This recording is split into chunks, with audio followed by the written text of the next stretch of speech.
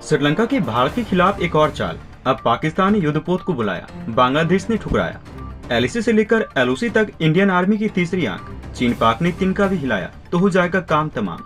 दोस्तों, आर्थिक दिवालियापन की स्थिति में भारत से भारी मदद मिलने के बाद भी श्रीलंका भारत के साथ ही खेल खेल रहा है और चीन के बाद अब श्रीलंका ने पाकिस्तानी नौसेना के एक जहाज को अपने बंदरगाह पर रुकने की इजाजत दे दी है।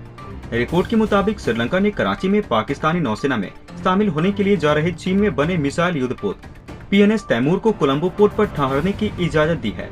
इस युद्धपोत का निर्माण चीन के संघाई में हुडोंग शिपयार्ड में हुआ है और ये युद्धपोत कंबोडियन और मलेशियाई नौसेना के साथ सैन्य अभ्यास करते हुए पाकिस्तान की अपनी पहली यात्रा पर है। रिपोर्ट के मुताबिक चीन निर्मित इस पाकिस्तानी युद्धपोत के 12 से 15 अगस्त 2022 के बीच कोलंबो बंदरगाह पर ठहरने की उम्मीद है। रिपोर्ट के मुताबिक एक तरफ जहां श्रीलंका ने पाकिस्तानी युद्धपोत को अपने कोलंबो बंदरगाह पर ठहरने की इजाजत दे दी है, वहीं बांग्लादेश की शेख हसीना सरकार ने पाकिस्तानी जहाज को अपने चट्टोग्राम बंदरगाह पर ठहरने की इजाजत देने से इनकार कर दिया है। पाकिस्तानी नेवी ने बांग्लादेश सरकार से 7 से 10 अगस्त के बीच चट्टोग्राम बंदरगाह पर पोर्ट कॉल करने की इजाजत मांगी थी, जो इस वक्त मलेशिया के लुमुट बंदरगाह पर पोर्ट कॉल के तहत रुका हुआ है, लेकिन बांग्लादेश की तरफ से साफ इनकार कर दिया गया है।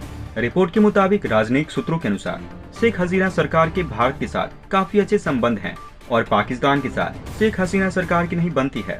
शेख हसीना सरकार के कई मंत्री अलग अलग मौकों पर बांग्लादेश में कट्टरपंथी ताकतों को हवा देने का आरोप खुले तौर पर पाकिस्तान के ऊपर लगा चुके हैं। वहीं बांग्लादेश की स्वतंत्रता में अहम भूमिका निभाने वाले शेख मुजीब उर रहमान की हत्या भी पाकिस्तान की सेना ने अगस्त महीने में ही की थी, लिहाजा बांग्लादेश अगस्त महीने को सूखी मानता है। उनकी हत्या 15 अगस्त 1975 को पाकिस्तानी सेना और कट्टरपंथी संगठन जमाते इस्लामी ने मिलकर कर दी थी, लिहाजा शेख हसीना पाकिस्तान को पसंद नहीं करती है। शेख हसीना सरकार भारत की नरेंद्र मोदी सरकार के काफी करीबी मानी जाती है और बांग्लादेश के प्रधानमंत्री ने स्पष्ट कर दिया है उनके पिता और परिवार को पाकिस्तान की साई पर मौत की घाट उतारा गया था। कट्टरपंथी इस्लामी ताकतों ने साल 2000 में PM के रूप में और 2004 में आवामी लीग के अध्यक्ष के रूप में काम करने वाली शेख हसीना की हत्या की कोशिश भी कर चुकी है, लेकिन उनकी जान बच गई थी। वहीं PM शेख हसीना सितंबर महीने के पहले हफ्ते में भारत की यात्रा करने वाली है और PM मोदी के साथ खुलना उपमंडल के रामपाल में संयुक्त रूप से विकसित 1320 मेगावाट मैत्री सुपूर थर्मल पावर प्रोजेक्ट का शुभारंभ करेगी। आपको बता दें कि PNS तैमूर चीन में निर्मित 4 प्रकाश के 054 AP फ्रिगेट में से दूसरा युद्धपोत है, जिसे 23 जून 2022 को कमीशन किया गया था। इस वर्ग का प्रमुख जहाज PMNS तुगरिल है। इसे 24 जनवरी 2022 को कमीशन किया गया था। चीन 8 युआन क्लास 041 डीजल टैंक पनडुब्बियों का भी निर्माण पाकिस्तान के लिए कर रहा है, जिसे पाकिस्तानी नौसेना को 2028 तक सौंपे जाने की योजना है, जिसका उद्देश्य भारत को ऊंचे समुद्रों पर सैन्य रूप से प्रभावित करना है। वहीं भारत इन दिनों अपनी सुरक्षा को लेकर काफी सतर्क है। इसके पीछे कारण चीन और पाकिस्तान की घटिया हरकतें हैं। एक ओर से चीन भारत की सीमा में घुसपैठ करने की कोशिश करता है, तो दूसरी ओर पाकिस्तानी आतंकी सीमा में घुसने की कोशिश करते हैं। ऐसे में अब भारत ने ड्रैगन के साथ ही पाकिस्तान की भी हरकतों पर पैनी नजर रखने का बंदोबस्त कर दिया है, जिसके चलते इसकी हर एक चाल पर नजर होगी। दरअसल भारतीय सेना ने हाल ही में देश की उत्तरी और पश्चिमी सीमा पर आर्टिफिशियल इंटेलिजेंस सिस्टम पर आधारित स्मार्ट मॉनिटरिंग सिस्टम को लगाया है। इसे पाकिस्तान के साथ ही चीन से सटी सीमा पर सैन्य की आवाजाही, नए निर्माण और इंफ्रास्ट्रक्चर से जुड़े चीजों पर निगरानी अधिक सटीक तरीके से हो सकेगी।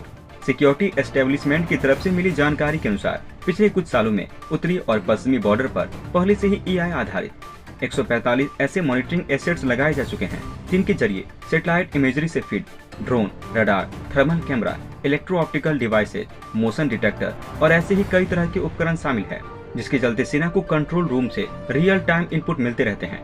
इसे एनालिसिस कर कमांड के पास भेजा जाएगा, जिससे फ्रंट लाइन पर युद्धपोत में पारदर्शिता के साथ ही जरूरी फैसले तुरंत लिए जा सकेंगे। भारत चीन के साथ 3488 किलोमीटर लंबा सीमा साझा करता है। ऐसे में LEC पर हर जगह सैनिक की तैनाती संभव नहीं है। इसके लिए स्मार्ट सर्विलांस सिस्टम बेहतर विकल्प माना जाता है। अरुणाचल प्रदेश में तवांग, जिसे चीन साउथ तिब्बत कहता है, भारत के लिए काफी महत्वपूर्ण है। सेना को यहाँ अधिक सैनिक और भारी हथियार सिस्टम की तैनाती की जरूरत पड़ती है। ऐसे में यहाँ पर स्मार्ट सर्विलांस सिस्टम और कम्युनिकेशन हब से सेना को काफी मदद मिलेगी। बॉर्डर से सटी इनपुट के आधार पर सेना PLL की गतिविधियों पर निगरानी रख सकेगी। इसके साथ ही इस AI में ऐसा सॉफ्टवेयर है जो चेहरे तक की पहचान कर सकेगा। ये सॉफ्टवेयर LEC पर तैनात PLA के अधिकारियों के चेहरों की पहचान कर सकता है। इसके साथ ही उत्तरी और दक्षिणी बॉर्डर पर भारतीय सेना के 8 स्थानों पर AI आधारित संदिग्ध वाहनों की आवाजाही का पता लगाने वाला सिस्टम लगाया है। साथ ही एक रियल टाइम मॉनिटरिंग सॉफ्टवेयर भी इंस्टॉल किया गया है, जो जम्मू कश्मीर में आतंकी रोधी अभियान में मददगार होगा। बताया जा रहा है कि सेना ने अब आर्टिफिशियल इंटेलिजेंस के साथ ही मशीन बेस्ड तकनीक का भी प्रयोग करना शुरू कर दिया है। AI और ML आधारित तकनीक से भारतीय सेना को सैन्य अभियानों में रणनीति बनाने में काफी मदद मिलेगी। आपको बता दें कि भारतीय सेना और डिफेंस रिसर्च डेवलपमेंट ऑर्गेनाइजेशन यानी कि DRDO मिलकर AI आधारित भविष्य के प्रोजेक्ट पर काम कर रही है। साथ ही प्रोडक्ट की टेस्टिंग भी की गई है। AI वाले इन प्रोडक्ट में drone, rail mounted sentry robots, swarm drone के अलावा ऐसे वियरेबल गैजेट शामिल हैं जो मंदारिन से इंग्लिश में ट्रांसलेट कर सकते हैं। पोर्टेबल ट्रांसलेशन डिवाइस से रियल टाइम सूचना बिना किसी कनेक्टिविटी इश्यूज से मिल सकेगी। ट्रांसलेट के अंतर का समय सिर्फ 3 से 4 सेकंड होगा। इसके साथ ही थल सेना अग्नि मोर्चे के सैनिकों की संचार व्यवस्था को बेहतर बनाने के लिए 5G सेवा का इस्तेमाल करने की योजना बना रही है। दोस्तों, ताइवान को लेकर चीन लगातार आक्रामक होता जा रहा है। 4 दिन के बाद भी ताइवान के समीप चीनी सेना ने सैन्य अभ्यास खत्म नहीं किया है। तय कार्यक्रम के अनुसार ये 4 से 7 अगस्त तक चलना था, लेकिन सोमवार को भी ये जारी रहा। इसमें पीपुल्स लिबरेशन आर्मी की तीनों इकाइयां शामिल है। ताइवान पर अगर चीन हमला करता है तो दुनिया में तीसरे विश्व युद्ध होने के आसार हो जाएंगे। चीन सैन्य अभ्यास कर ताइवान के साथ ही अमेरिका को अपनी ताकत दिखा रहा है।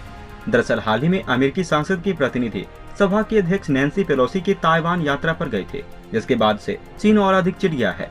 चीन पहले से ही धमकी दे रहा था कि इस यात्रा को रोका नहीं गया तो अंजाम बुरा होगा।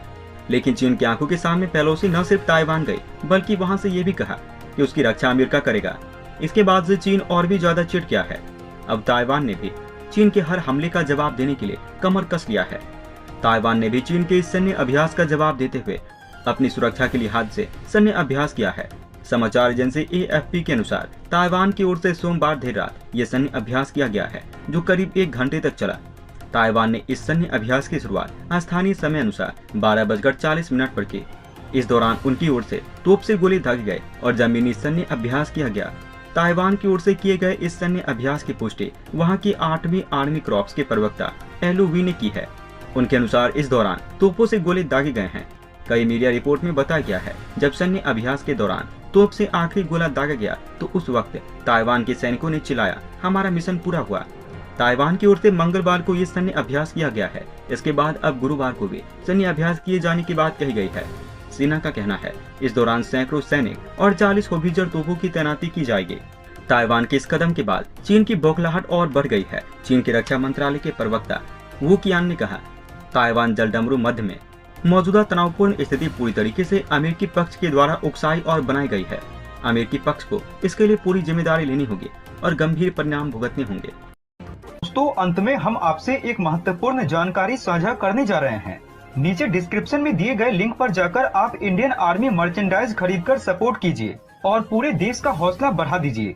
जाने से पहले वीडियो को लाइक और शेयर करें तथा चैनल को सब्सक्राइब करना न भूलें।